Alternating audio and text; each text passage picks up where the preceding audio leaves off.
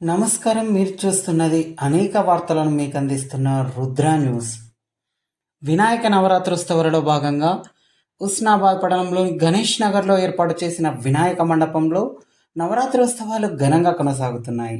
6వ రోజు సోమవారం రోజున మహిళలంతా సామూహిక కుంకుమార్చనలు, ప్రత్యేక పూజలు నిర్వహించారు. ప్రజలంతా ఆయురారోగ్యాలతో, పాడి పంటలతో సుభిక్షంగా ఉండాలని స్వామివారిని ప్రార్థించినట్లు తెలిపారు. సౌభాగ్యవతి 5వ తనంకు నిలువెత్తు రూపం కుంకుమ.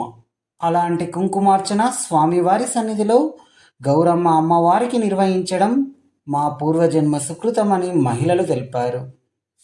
అనంతరం భక్త భజన మండలి మహిళలచే హనుమాన్ చాలీసా పారాయణం నిర్వహించారు.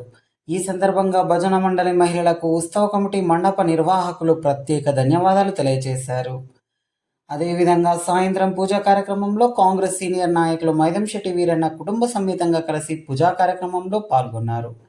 ఈ సందర్భంగా వారు మాట్లాడుతూ తెలంగాణ రాష్ట్రంలో కాంగ్రెస్ ప్రభుత్వ పాలన ప్రజాప్రభుత్వ పాలనగా విజయానికి సంకేతమని, మంత్రి పొన్నం ప్రభాకర్ మన ఉస్నాబాద్ నియోజకవర్గాన్ని అభివృద్ధి దిశలో నడిపిస్తున్నారని, అభివృద్ధి ప్రదాత పొన్నం ప్రభాకర్ వారి కుటుంబ సభ్యులు ఆయురారోగ్యాలతో సుఖ సంతోషాలతో వర్ధిల్లాలని ఆకాంక్షిస్తున్నట్లు తెలిపారు.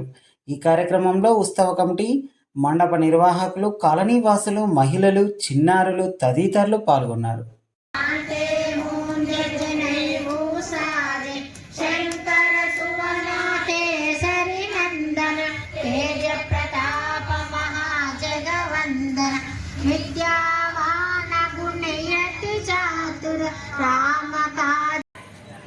गणेश महाराज की, गणेश महाराज की, गणेश महाराज की.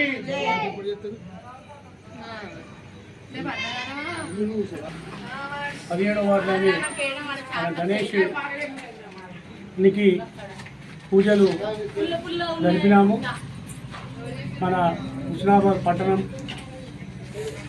అభివృద్ధి పథంలో పొన్నం ప్రభాకర్ అన్న నడిపియాలని కోరుచున్నాము. భగవంతుని మన అభివృద్ధి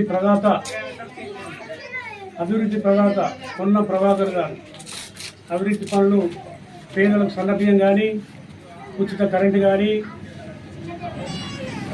రైతు రుణమాఫీ కానీ, లేని డబ్బులు కానీ, మహిళలకు ఉచిత బస్సు ప్రయాణం ఫ్రీ, మహిళలకు అన్ని సౌకర్యాలు కల్పించిన పొన్నం ప్రభాకర్ గారికి మా గణేష్ నగర్ తరఫున, 17వ వార్డులోని గణేష్ నగర్ తరఫున పొన్నం ప్రభాకర్ గారికి ధన్యవాదాలు. ఆయన ఇంకా అభివృద్ధి చేస్తారని మాకు చాలా ఉన్నది.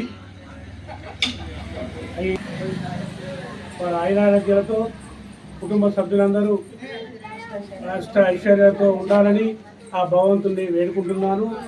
437 కోట్లు గౌరీ ప్రాజెక్టు కేటాయించడం అభివృద్ధి ప్రదాత పొన్నం ప్రభాకర్ గారు కేటాయించినారు. కాలువలు కూడా పూర్తి చేస్తారు. ఆయన తెలంగాణలో రాష్ట్రంలోనే ఆయన పేరు ప్రఖ్యాతలు ఉన్నవి. కాబట్టి మన హుస్నాబాద్ ఎంతో అభివృద్ధి చెందింది. కాబట్టి ఆయనను ఆ భగవంతుడు చల్లగా చూడాలని నేను కోరుకుంటున్నాను. विघ्नेश्वर महाराज की जय, विघ्नेश्वर महाराज की जय, विघ्नेश्वर महाराज की जय.